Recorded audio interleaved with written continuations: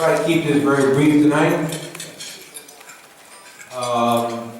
I never thought in my wildest dreams, and I think my wife would either, that the years gone by, and we're standing here honoring Mike. But we are. Let's get on it. He was born March 4th, 1992.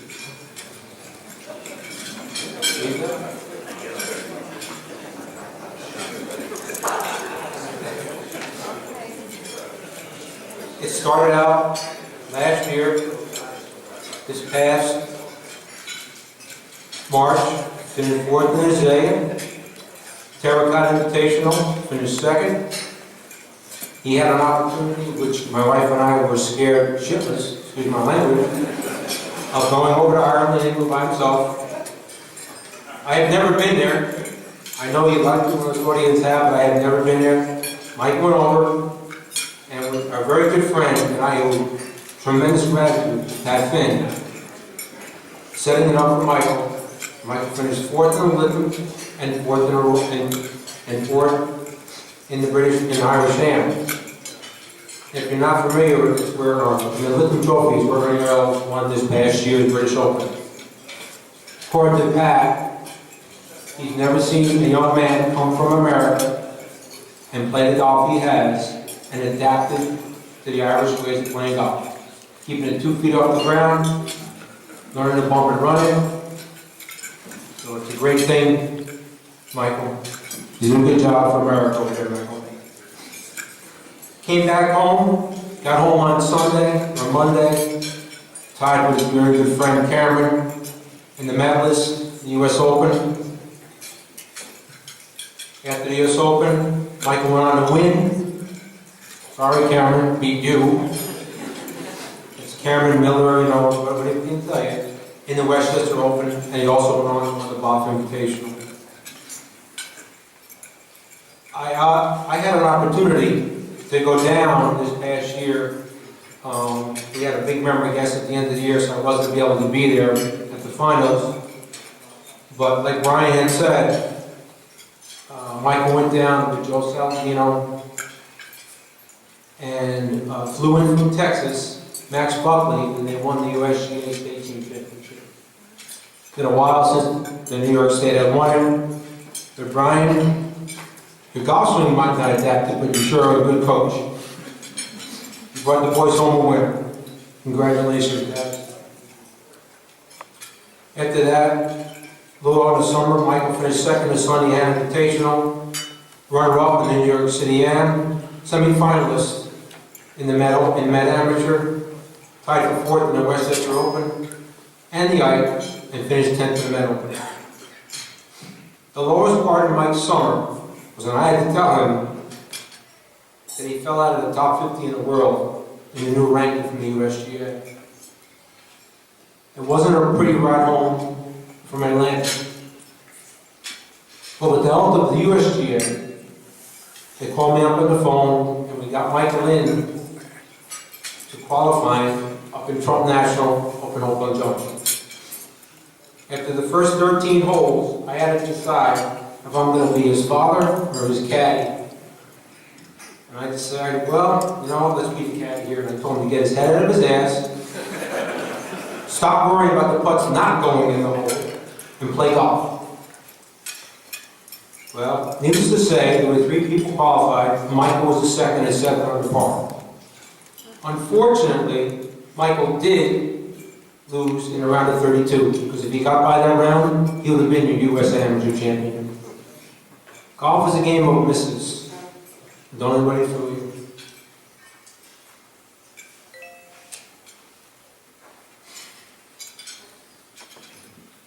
As Brian stated, it's the second year from Michael winning the event. I don't know if he's here, but if George Arlington is offense up, I have to recognize George. Michael, he's after you, George. He's coming after you, George.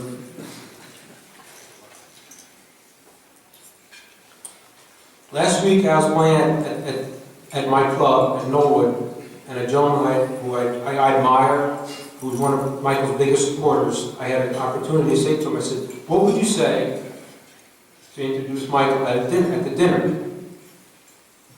And after a brief pause, for being a 20-year-old, he said, he's a true gentleman. When Mike comes to the club, he never gets to say hello, especially when he gets to the putting green and our juniors go see Michael. He never neglects any of the members of the board. And I appreciate that as being the director of golf at Norwood, and also representing Norwood. It's a true art, and Michael, I congratulate you on that. Golf is not about records, what you shoot, how long and straight you drive the ball. Playing the game like a gentleman and playing Mike's ability with all dream of. But when you walk down the fairway with Mike from hole number 1 to hole number 18, to how you're playing, he always acknowledges you. He will acknowledge how you're playing. I like to quote the piece from the November issue of the MGA magazine. Besides winning the Player of the Year in the Men Am in 2011, winning the state team is definitely my top accomplishment, he said. Not only did I win individually, but I won as a team. I give them, playing with Max Buckley and Joe Saladino, it really made me believe I could do it. I give them a lot of credit. That sums up Mike. That's what it was about. Even though golf is an individual sport, it's a team sport also. What you don't know about Michael,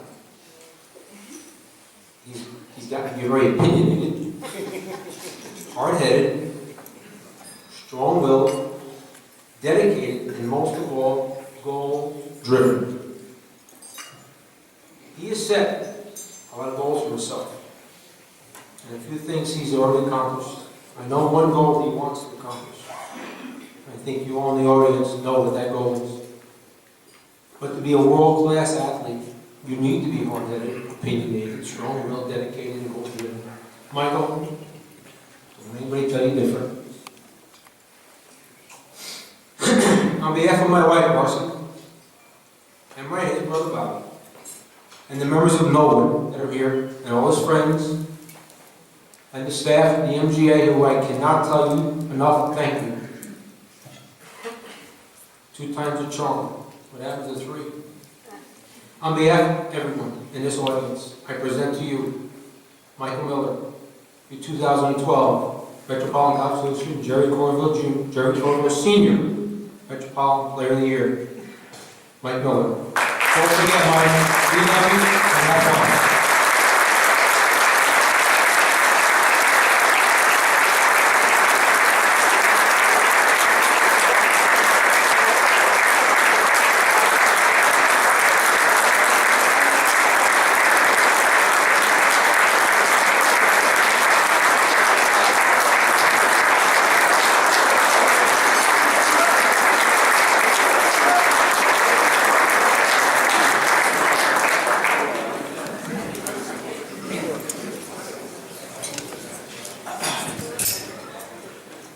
Last year, when I stood up here and accepted this award, I didn't really know what it meant, and I didn't really know the significance, and I didn't know how much it meant to my family and to the members of Norwood and to everyone from the Metropolitan Golf Association and the MGA of really what it meant to be the Player of the Year. And I still don't. I may never figure that out, but I guess that's the great thing about being 20, is that you really don't have to worry about it. You just kind of step up and play golf and leave everything else to my father and my mother to figure out. So, but I just really want to thank everyone up on the podium. Congratulations to you for being, that's such an honor. Last year, I knew nothing about it. I look forward to hearing your speech tonight because it's an honor to be up here. And I know that now, and it's just phenomenal. Congratulations to you. But I would really like to thank the entire Metropolitan staff, and that starts from Brian Mahoney, our new president, our old president, Gene Bernstein, and wherever Kate Keller is. I just can't say enough about Kate. She's over there. If you come up here and accept this bouquet of flowers, I seriously, I can't say enough. everything you've done for me in the past 2 years. I've never met you before, and you took me in like a little brother, so I really appreciate you coming up here and accepting this.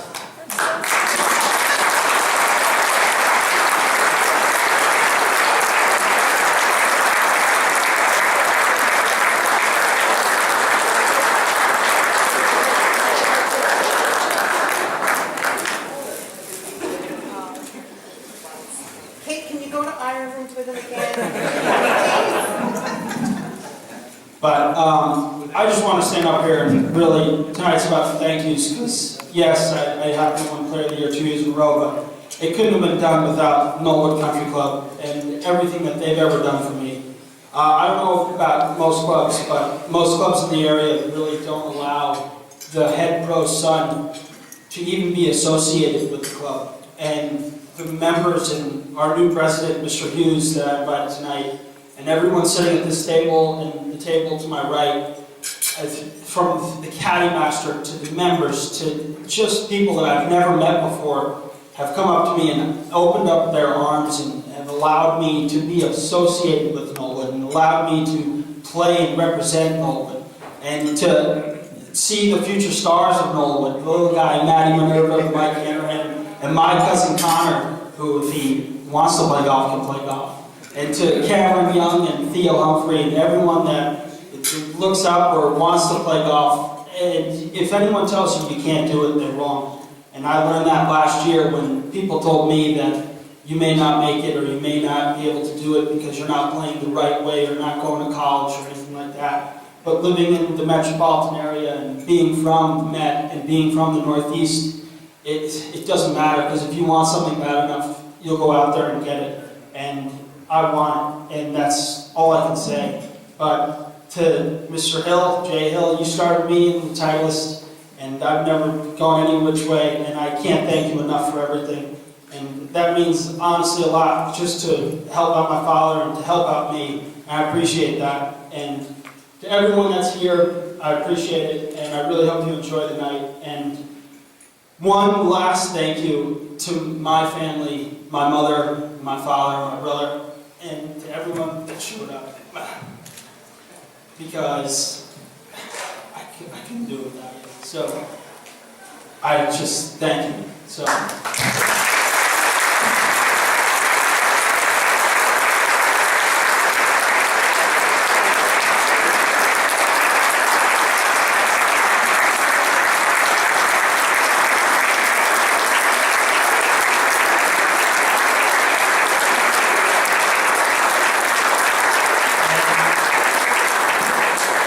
Before you sit down, we have another presentation, and that is, we're again delighted to have Polo Golf as our sponsor of Player of the Year points race.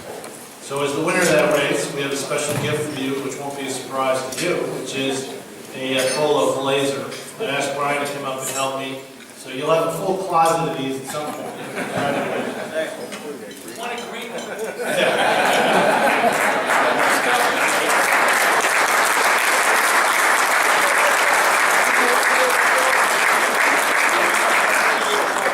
Okay, just quickly, I got a chance to play with Michael this summer in an event, and if you really want to feel inadequate about your golf game, call Michael up and play with him, because he's the real deal. So, the last thing I'd like to say, and then we'll get on to dinner, is that Jay mentioned it earlier, but given the year that Mike's had, he has been invited by Captain Holtgreave to be one of the last group to try out for the Walker Cup. So we hope he's going to represent us at the National in September.